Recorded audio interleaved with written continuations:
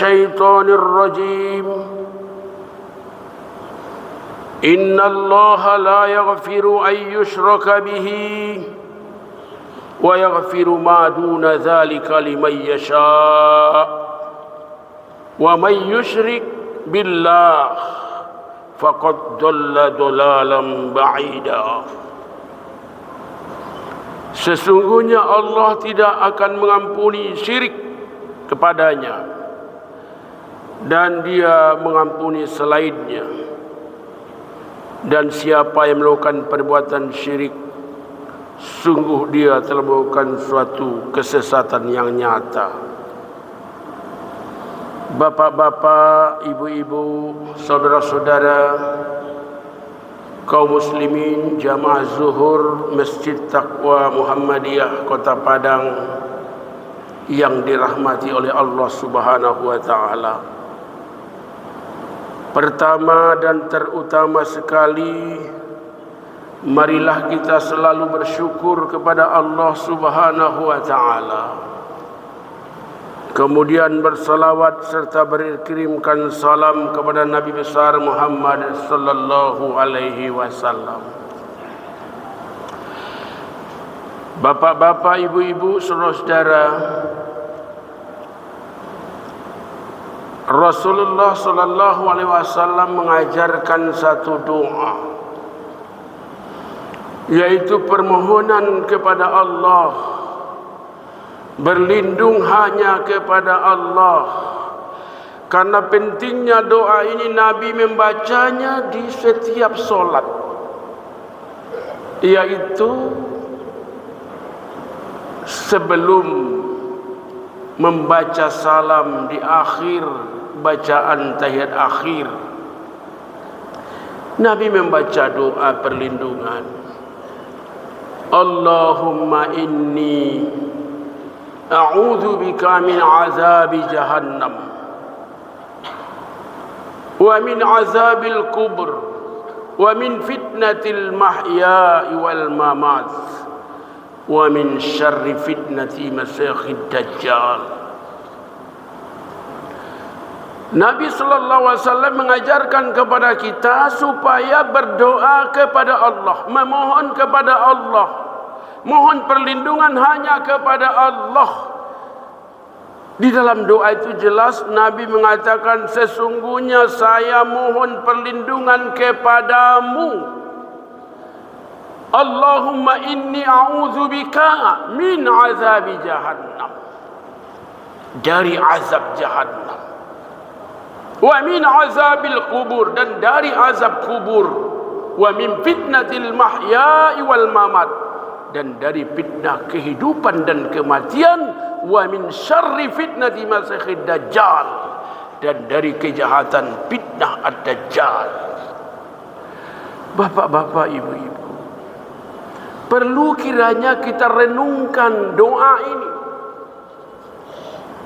agar jangan hanya sekedar membaca doa yang tersurat tetapi tanpa diiringi dengan perbuatan.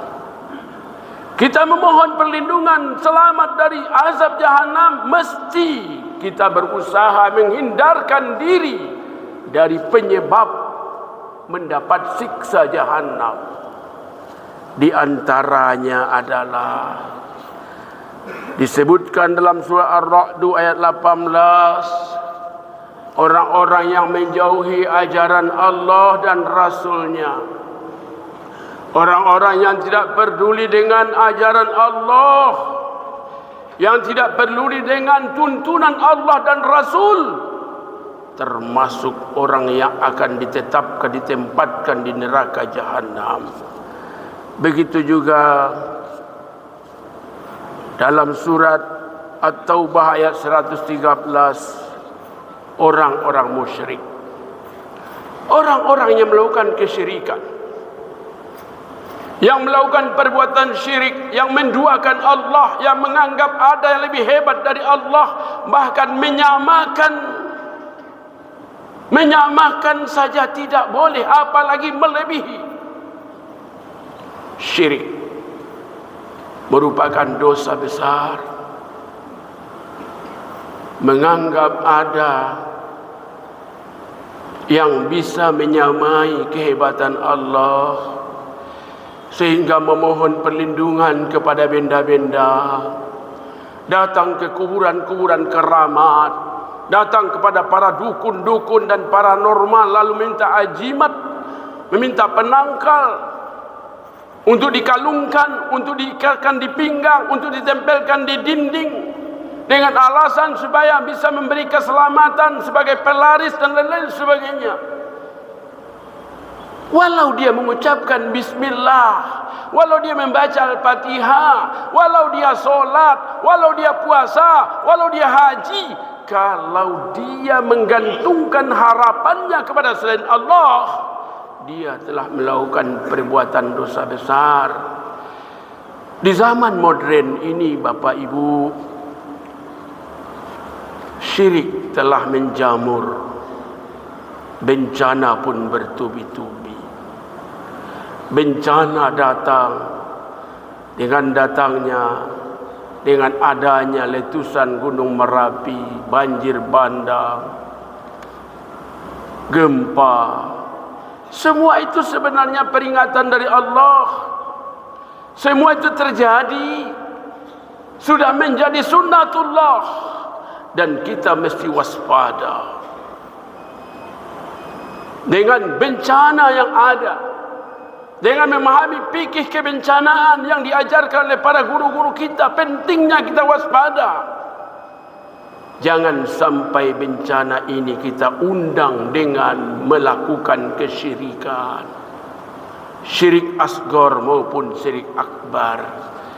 Kaum muslimin sidang jamaah yang berbahagia, terakhir sebagai contoh hari ini menjadi fenomena umat Islam sibuk bermain, sibuk menonton, meninggalkan solat dengan sengaja. Mencari nafkah memang wajib, tetapi meninggalkan solat haram dan termasuk bagian dari kesyirikan dan dosa besar. Meninggalkan solat karena mendapatkan keuntungan sesaat di dunia, tanpa ada rasa takut kepada Allah, tanpa rasa malu mendengar panggilan azan, tetapi seolah-olah panggilan itu tak terdengar. Melihat orang pergi ke masjid, seolah-olah tidak terlihat oleh matanya yang begitu jelas. Kaum muslimin, mari kita selamatkan diri kita, keluarga kita, masyarakat kita, negara kita dari kesyirikan. Kembali kepada tauhid. La ilaha illallah wahdahu la syarikalah, lahul mulku wa lahul hamdu, yuhyi wa yumitu wa huwa ala kulli syai'in qadir. Semoga bermanfaat. Assalamualaikum warahmatullahi wabarakatuh.